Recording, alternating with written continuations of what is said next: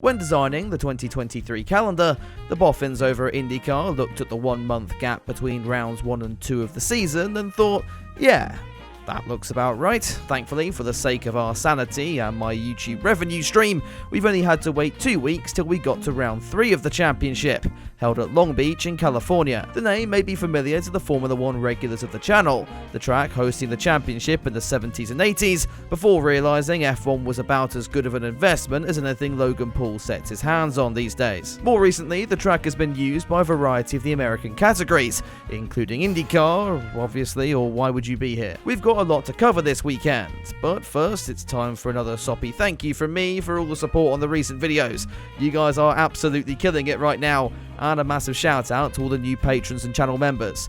Right, with that out the way, let's jump into round 3 of the season. So with 2 races completed, several key questions were floating around the paddock. Could new championship leader Pato O'Ward build on his good start to the season? What could Penske and Joseph Newgarden bring to the equation?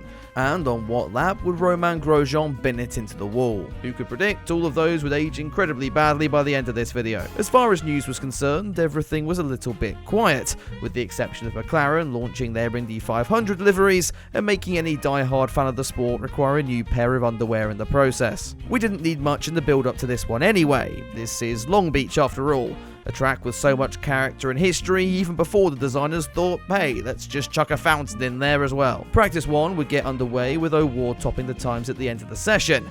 Things weren't going so well though for Jack Harvey, who attempted the get around the fountain without using your steering wheel challenge, the Rahal Letterman Lanigan car nosing itself into the tyre barrier.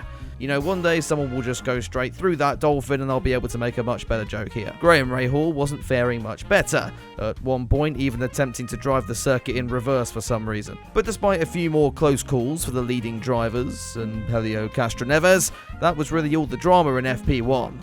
But don't worry, FP2 would be sure to make up for that. We were barely 5 minutes into the session before Callum Ilott got homesick and attempted to use turn 8 as a launch pad to take him back to the UK. With the red flag coming out, you might think drivers would take it easy after seeing that one. Well, these are Americans. They go big or they go home.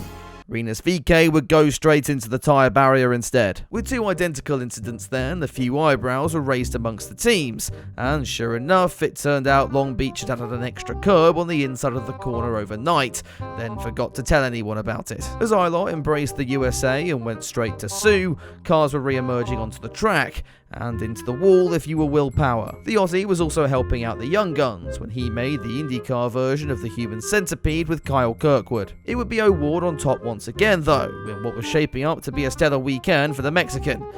Gee, I wonder what could possibly go wrong. For David Malukas, as it turned out, quite a lot. The Dale Coyne racing driver reverting to the oval aero kit in quite rudimental fashion. That would be the first crash in a dramatic qualifying session. The pit stop boys claim they'd rather see Marcus Armstrong pick up girls than race. Maybe that's because his Riz is about as good as his ability to navigate turn 9 in one piece. Pato O'Ward at least was still on top of the times, by such a margin that his team came over the radio telling him to save tyres and slow down.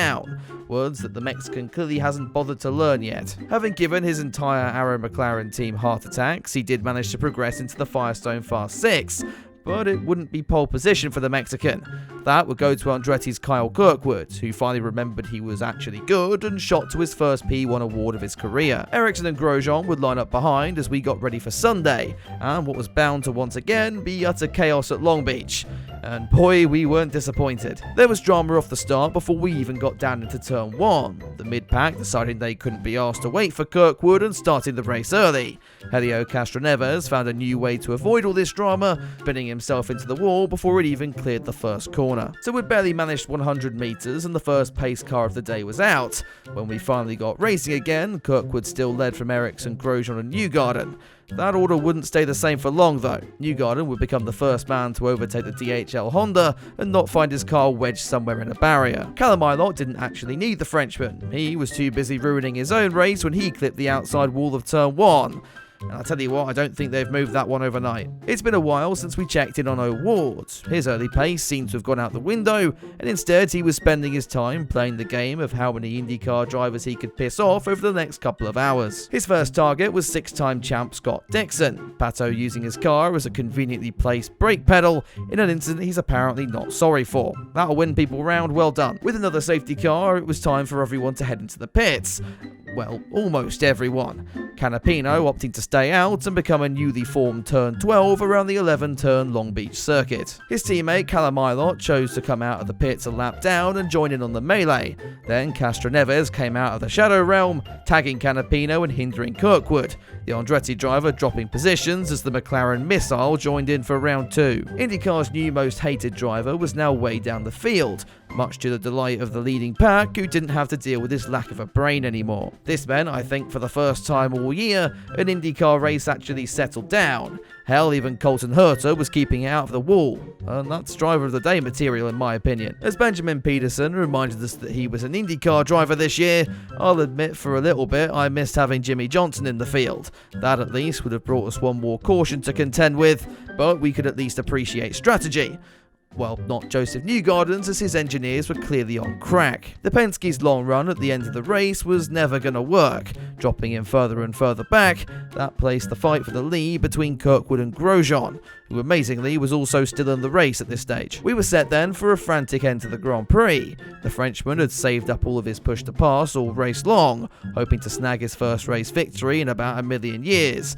This was a good call, but his team weren't having any of it. In the end, Grosjean was only allowed to use 30 seconds of his push to pass, leaving the Phoenix stranded in P2 for a second Grand Prix of Long Beach in a row. Did Kyle Kirkwood have any sympathy for him? I doubt it. He would be the one to cross the line in P1 for his very first IndyCar win. It's been a tough start to the year for the Andretti driver. After hitting that high point in St. Pete, things weren't looking great for him, so hopefully this win can ignite a fire in the American, which is a joke I can't safely use had Grosjean won. Overall then, a pretty decent outing once again for Indy.